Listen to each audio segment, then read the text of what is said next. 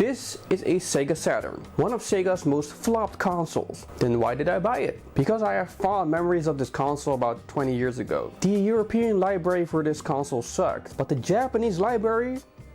But this thing is kinda dirty and I need to clean it out, and I'm also going to upgrade it in this video. As always, I'm going to test out this baby first.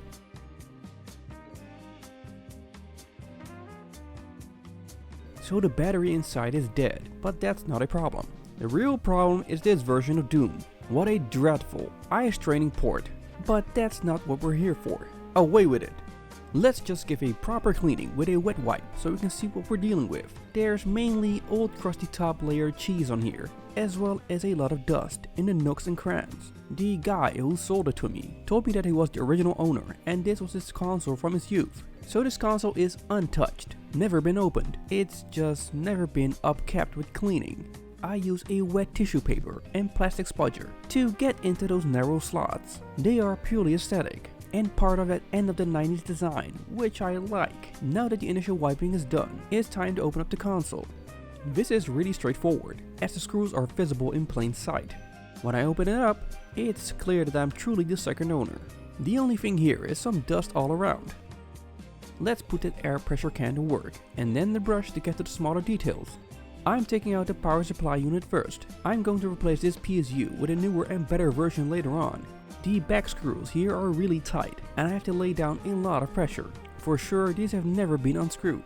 I flip out the PSU to reveal an anti-static plastic, which is very important and is going to be reused.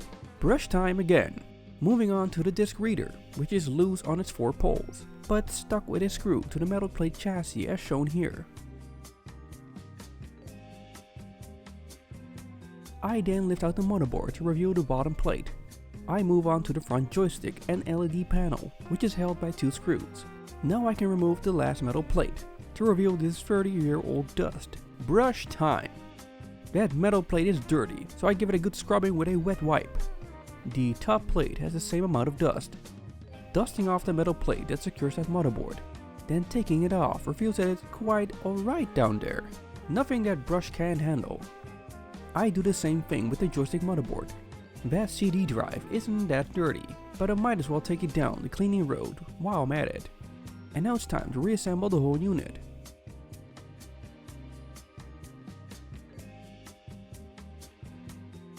One of the things I talked about earlier was replacing that original power supply unit.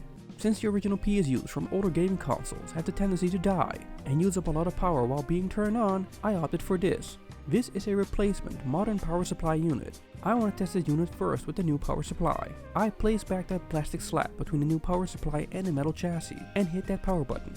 And it works! I then further reassemble the unit.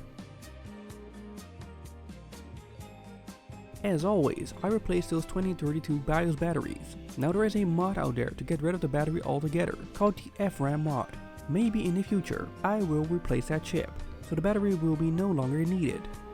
Closing up the unit is a bit tricky and feels like a game of guessing. The reset button pole underneath isn't aligned, as it's just flexible and wobbly, but needs to be precisely underneath that reset button. It took some tries, but there you go. While reassembling, I couldn't help myself but seeing more and more gunk that needed to be cleaned. So here's footage of me cleaning up the console some more.